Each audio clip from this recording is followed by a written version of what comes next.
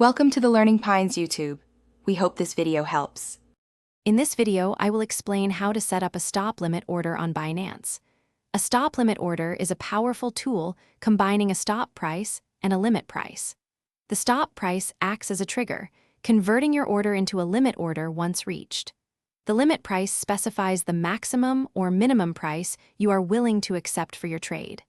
This helps manage potential losses or lock in profits effectively. First, log in to your Binance account using your credentials. Once logged in, navigate to the spot trading section. You will need to select your preferred trading pair, such as Bitcoin versus Tether, from the available options. On the trading interface, look for the order entry panel, typically found on the right-hand side of your screen. This is where you will input your order details. Within the order entry panel, select Stop Limit as your order type. Next, you will input two crucial values. The stop price is the point at which your limit order becomes active. The limit price is the specific price at which your order will be executed, or better.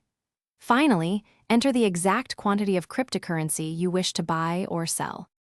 Before finalizing, take a moment to carefully review all the details you have entered. Double-check your stop price, limit price, and the total quantity of assets. Once you are confident everything is correct, click either the Buy or Sell button to place your stop limit order.